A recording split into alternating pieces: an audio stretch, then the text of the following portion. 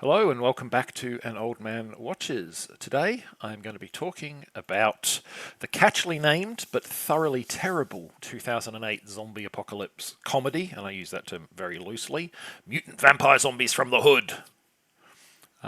First, a content warning. Talking about this movie means talking about its themes of rape and sexual assault.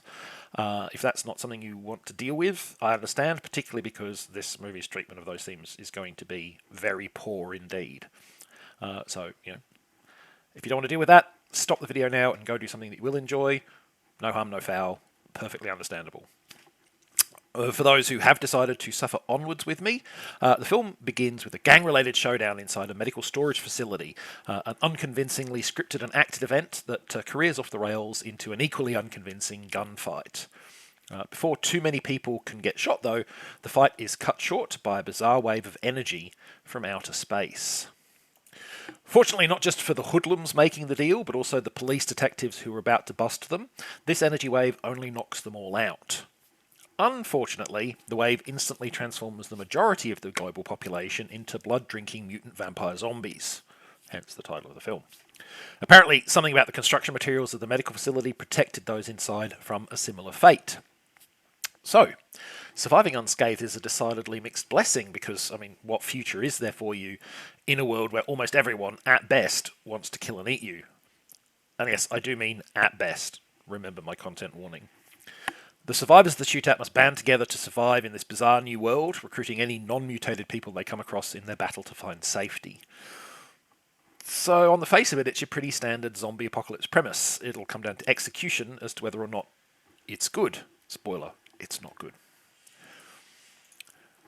Mutant Vampire Zombies from the Hood, which, while eye-catching, is a mouthful of a title to say, so I'm not going to use it much in this video, was directed and co-written by Thunder Levin, the man who 5 years later would go on to script Sharknado. Whether that film was a work of mad genius or a crime against cinema is a question of which many battle lines have been drawn. I'm firmly in the camp myself. I didn't resent the time I spent watching Sharknado, but it was no Megapython versus Gatoroid. I doubt this film is going to provoke the same strong differences of opinion. This is a bad movie. Badly written, badly shot, badly acted, though possibly in some cases deliberately so, and obviously scraped together on the minimum possible financial budget when it comes to makeup and effects. But I've watched a lot of films like that in my time, and some of them have found ways to be entertaining.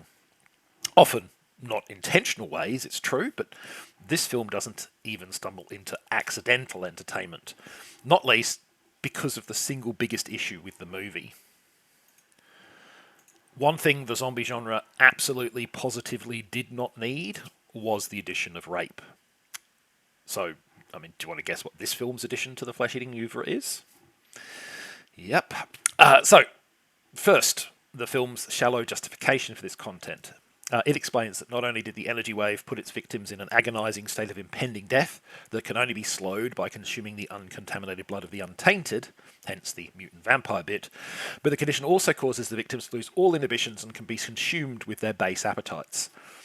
Now, this would be bad enough if it was played as straight-up nightmare fuel, but as you may have already worked out from the words on your screens, this movie tries to play the whole thing for laughs. Emphasis on tries, of course, because rape isn't and never will be funny. This stuff isn't edgy or transgressive, it's just gross. And really, it's all you should need to know about the movie to write it off. But, dang it, I set a standard I'd find 3 things to talk about in every film, and I'm going to stick to that. So this video, at least, isn't over yet, though your plans of watching this movie should be. So, C. Thomas Howell is in this thing. In the mid-80s, he seemed on the edge of major stardom. He'd won the lead role in Francis Ford Coppola's 1983 film The Outsiders, he had a major role in the cult hit Red Dawn, and he was one of the final 2 actors in the running to play Marty McFly in Back to the Future. So how did he end up in this? Well, first step of that, of course, is that he ended up missing out on the blockbuster Spielberg picture to the other contender, who you may be surprised to hear was Eric Stoltz. Stoltz then lost out as well, 5 weeks into shooting the film, when writer-director Robert Zemeckis decided his performance was not sufficiently comedic and dumped him in favour of the actor that he'd actually always wanted for the part but did not expect to be available, Michael J. Fox. Howell, meanwhile, went on to make the critically panned but commercially successful Soul Man in 1986 and continued to act regularly throughout the rest of that millennium, though the closer the 2000s loomed, the smaller the budget and the quality of the projects he was on. And things kind of continued their slow decline from that date as well. When Howell featured in not one but two Asylum mockbusters in a single year, 2005, it probably seemed like his career had hit its nadir. But he still had this turkey to come, so perhaps not. Now, to give Howell credit where it is due, he's continued to work hard and often with multiple credits a year on film and on TV. He was particularly busy on the latter in 2018, for instance, showing up in The Blacklist, MacGyver, Dynasty, and The Walking Dead in that year alone. So I can't fault his work ethic, or even in most cases his performances. I can fault him for appearing in this film, though. Now, speaking of this film, it can also be found under the title The Undead, as shown in the new DVD image on your screen. IMDb informs me that this was originally used for the Australian DVD release, but given the 18 certificate shown on the image, I think it's a UK rating rather than an Australian one.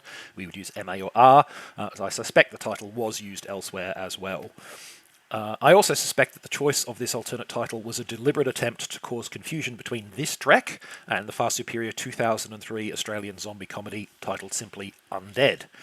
Yes, that film was 8 years old by the time the DVD of this limped onto our shores, but no money-spinning trick is too cheap or too desperate in this part of the market, and it certainly was cheap. The Undead was actually the title I bought the DVD under with this packaging, so you might be able to imagine my surprise when the title that came up on screen as watching the movie was Mutant Vampire Zombies from the Hood.